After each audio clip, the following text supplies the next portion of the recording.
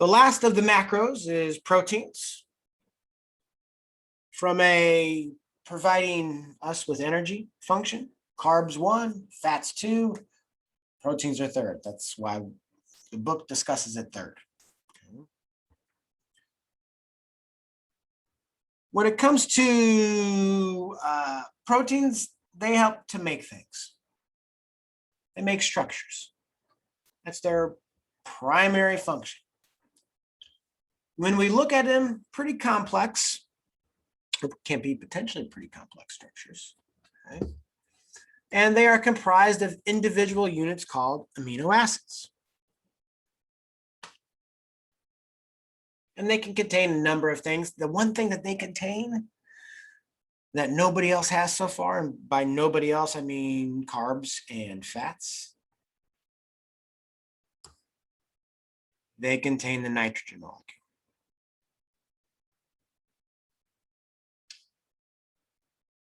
Or element, sorry. This little element right here, nitrogen, is what makes proteins unique.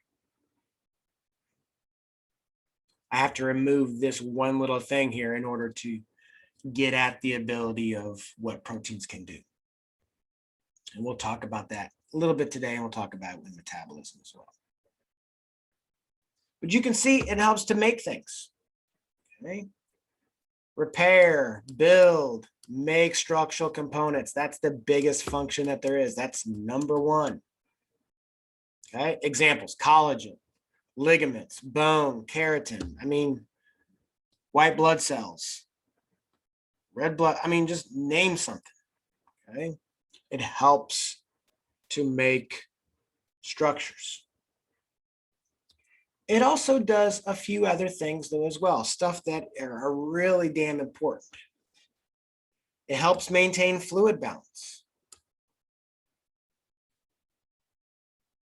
Proteins travel within the blood. As blood is going into a capillary bed where we get exchange of nutrients and waters and whatnot into the tissue, and then we pick up waste products. It helps to suck that fluid back into the blood vessels, back into that little bitty capillary.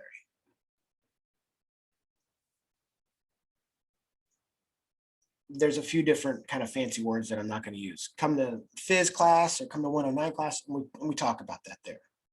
Right? But it sucks some of that fluid back into the blood vessels, so it doesn't stay within the tissue. So proteins help to prevent edema, and that's just swelling. And that's what we're looking at right here. Okay, here's normal foot. Here's foot with no proteins or very little proteins. Okay? Their presence helps to suck that fluid back in, basically. So it helps to prevent edema. Some of our nasty kind of protein deficiency diseases, marasmus and Koshwash cord that we'll look at, you'll see edema. Okay, associated with that.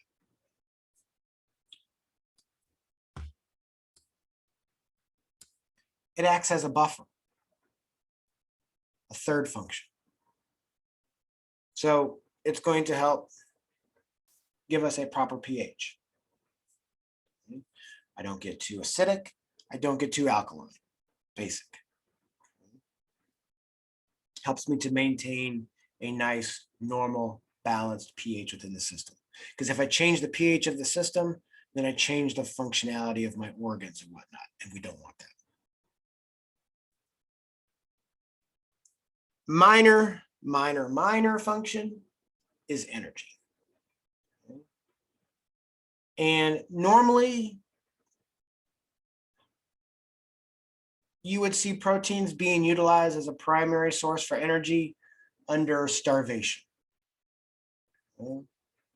Under starvation mode. If you're actively engaged in exercise, proteins will be a little bit utilized to make energy. But again, it's a minor function. Your body's going to work on your glycogen stores, your fat stores, and then protein in that order generally. But there is some minor protein use being utilized for energy making during activity, during exercise.